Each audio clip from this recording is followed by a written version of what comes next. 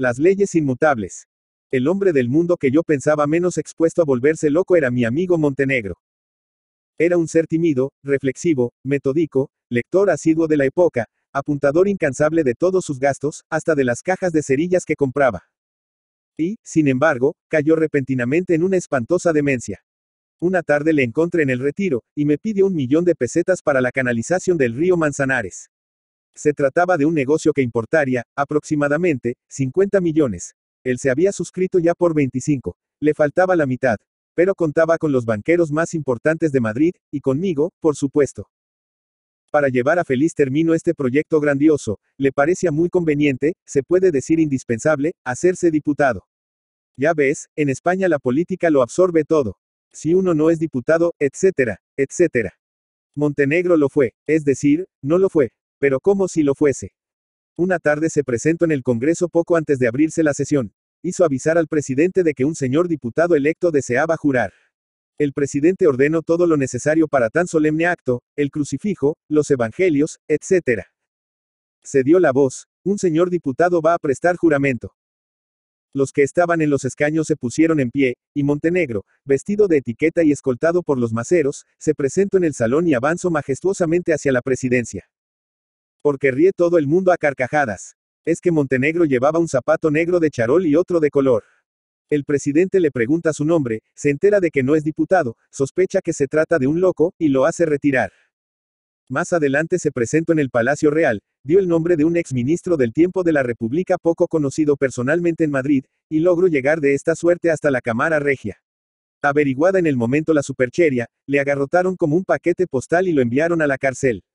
Costó un trabajo increíble a su familia persuadir a las autoridades de que no se trataba de un espeluznante complot anarquista. Convencidas, al fin, lo entregaron, a condición de que se le recluyese en un manicomio. Así se efectuó. Mi buen Montenegro pasó algunos meses en un establecimiento de alienados de Carabanchel. Pero como no había motivo para tenerle encerrado, porque era el hombre más sensato del mundo, el director lo restituyó a su familia, manifestando que se hallaba completamente curado. Después le encontré en la calle muchas veces, y solíamos charlar un rato. Algunas veces me convidó a almorzar, y luego nos dábamos un paseo en coche por el Retiro. Precisamente durante uno de estos paseos saltó nuestra conversación a la metafísica. Montenegro había leído bastante, y era hombre que le gustaba investigar la causa de las cosas y sorprender los secretos de la naturaleza. Sostuvo aquella tarde una opinión que a mí me pareció al pronto paradójica, a saber, que la pretendida diferencia entre las leyes morales y las leyes físicas no era más que una ilusión del entendimiento humano. No existe ley alguna, amigo Jiménez, que no dependa de una voluntad, y, por tanto, que no sea moral. Primitivamente, este fue el concepto de la ley, una orden, una limitación dictada en nombre de una autoridad. Más tarde, pasando de la esfera moral a la física, este concepto se desnaturalizó. Un hecho se reproduce invariablemente y de un modo inevitable mediante ciertas circunstancias, y lo llamamos ley, esto es, una orden o prohibición. Nuestros primeros padres así lo comprendieron, y por eso veían detrás de cada fenómeno de la naturaleza el agente secreto o el Dios que lo producía. No había leyes inmutables para ellos, porque todas pendían de una voluntad libre que podía cambiar. Pero nosotros al observar que el fenómeno se reproduce incesantemente, y que la gente no se hace visible jamás, deducimos que no existe, abstraemos los fenómenos de la voluntad y les damos existencia propia. La ley, ¿qué es la ley? Para mí, sin la voluntad, es una palabra vacía. Querido Montenegro, le respondí, me parece que equivocas los términos. Existen dos clases de fuerzas. Unas tienen conciencia de sí mismas y obran con intención, son los agentes libres de que tú hablas. Pero hay otras que no tienen conciencia de sí mismas, son los agentes ciegos del mundo material. De aquí la necesidad de reconocer dos clases de leyes, las leyes del orden moral y las leyes del orden físico. Ahí está el error, esa separación es puramente arbitraria. Tú ves que dos bolas de billar se aproximan y chocan. De aquí deduces que hay un hombre que ha herido una de ellas con un taco. Pero ves que dos astros en el cielo se aproximan también y chocan, y en vez de deducir que existe un ser que los ha lanzado el uno contra el otro, te satisfaces con decir, ese choque se ha efectuado en virtud de una ley inmutable. Yo digo, esa ley no es más que una abstracción.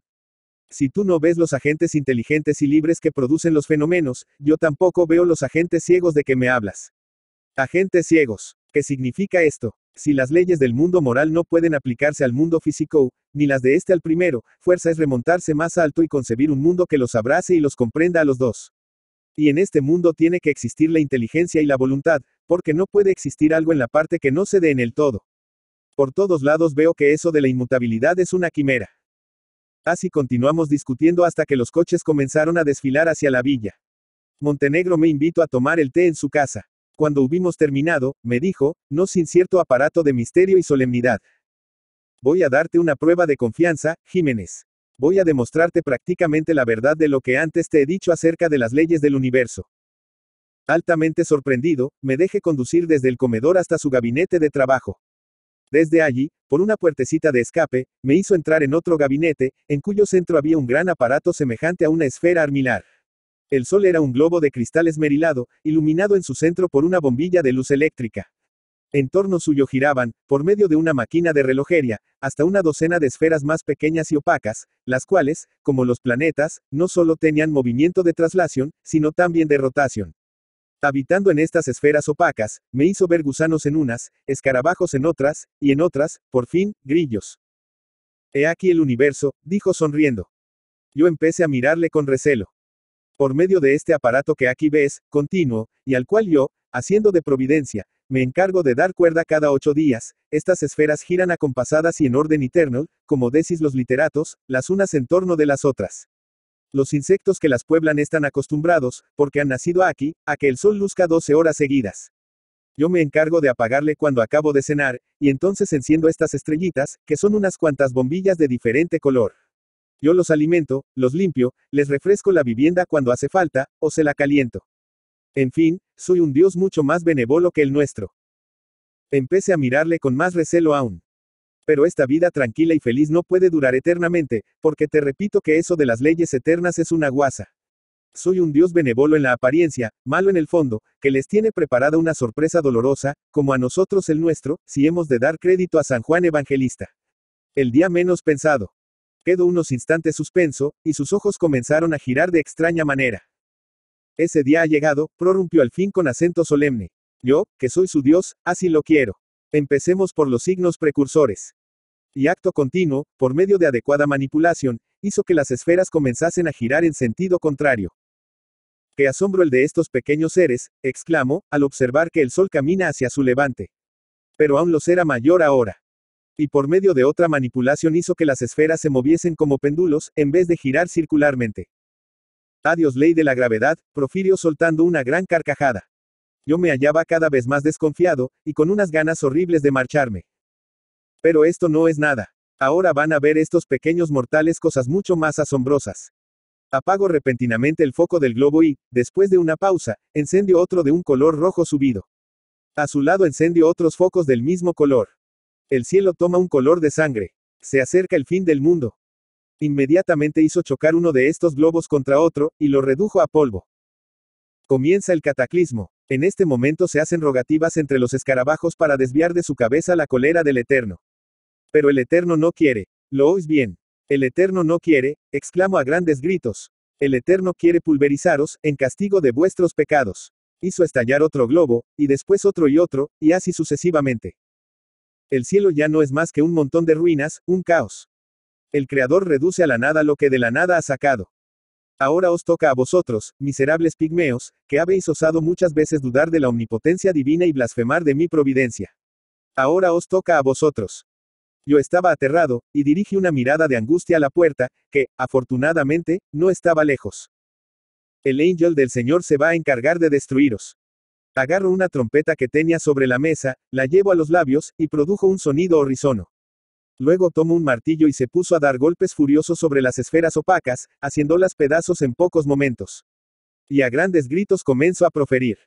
El juicio final. Llegó vuestro día. Morid, reprobos, morid. El Apocalipsis. Pero ¿dónde está la bestia? ¿Dónde está la bestia del Apocalipsis? Ah, ya la veo, exclamó dirigiéndome una mirada de extravío. Allí está la bestia con sus 7 cabezas y con sus 10 cuernos, semejante a un leopardo, blasfemando contra mí, contra el Creador de todas las cosas. No blasfemes, malvado, no blasfemes contra tu Dios. Yo soy el primero y el último, el que era, el que es, el que será. Mi mano omnipotente te va a pulverizar. Y diciendo y haciendo, se lanzó hacia mí con el martillo levantado. Pero yo, que estaba prevenido, me puse de un salto cerca de la puerta y salí gritando.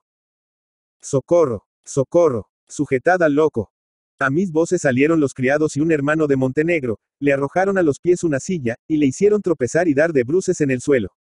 Entonces lograron sujetarlo, y yo escaparme, jurando no volver a tener conexión en la vida con los que alguna vez han sido locos. Sin embargo, la compasión me arrastró un día a visitarle en el manicomio de Carabanchel. No me permitieron hablarle, pero le pude ver paseando por el jardín con otros enfermos. El doctor, que era un eminente alienista, me dijo que Montenegro seguía empeñado en que no existen tales leyes inmutables, y, en apoyo de su tesis, proyectaba construir un universo con dos solas dimensiones. El doctor me refería a estas cosas sonriendo. Yo, que estaba preocupado y aún lo estoy con este problema metafísico, le dije con acento reflexivo, como si hablara conmigo mismo. Oh, las leyes inmutables. Nos reímos de Montenegro, pero, en último resultado, quién sabe. Hay mucho que hablar acerca de la eternidad de las leyes. El doctor se puso serio y fijo en mí una mirada profunda y escrutadora. Yo me puse un poco colorado y me apresuré a despedirme. Armando Palacio Valdés. Armando Palacio Valdés, Entralgo, La Viana, Asturias, 4 de octubre de 1853, Madrid, 29 de enero de 1938, fue un escritor y crítico literario español, perteneciente al realismo del siglo XIX. Hijo de Silverio Palacio y Eduarda Valdés. Su padre era un abogado ovetense y su madre pertenece a una familia acomodada. Se educó en Avilés hasta 1865, en que se trasladó a Oviedo a vivir con su abuelo para estudiar el bachillerato, lo que entonces se hacía en el mismo edificio de la universidad. Por entonces leyó en su biblioteca la Ilíada, que le impresionó fuertemente y abrió su interés por la literatura y la mitología. Tras ello se inclinó por otras de historia. Por entonces formó parte de un grupo de jóvenes intelectuales mayores que el de los cuales se consagraron a la literatura Leopoldo Alas y Tomás Tuero, con los que entabló una especial amistad. Tras lograr su título de bachiller en artes en 1870, decidió seguir la carrera de leyes en Madrid, que concluyó en 1874. Perteneció a la tertulia del Billis Club junto con otros escritores asturianos. Dirigió la revista Europea, donde publicó artículos que luego reunió en Semblanzas Literarias. También hay buenos retratos literarios en los oradores del Ateneo y en el Nuevo Viaje al Parnaso, donde desfilan conferenciantes, ateneístas, novelistas y poetas de la época. Escribió también como crítico, en colaboración con Leopoldo Alas, la literatura en 1881. Se casó 2 veces. Su primera esposa, Luisa Maximina Prendes, falleció en 1885 después de solo 1 año y medio de matrimonio. Se casó en 1899 en segundas nupcias con Manuela Vega y Gil, que le sobrevivió. Al morir José María de Pereda en 1906, ocupó el sillón vacante en la Real Academia Española. Marta y María por Favila en Avilés. Se dio a conocer como novelista con El señorito Octavio, 1881, pero ganó la celebridad con Marta y María, 1883, ambientada en la ciudad ficticia de Nieva, que en realidad representa Avilés. En esta época de su evolución literaria suele ambientar sus novelas en Asturias.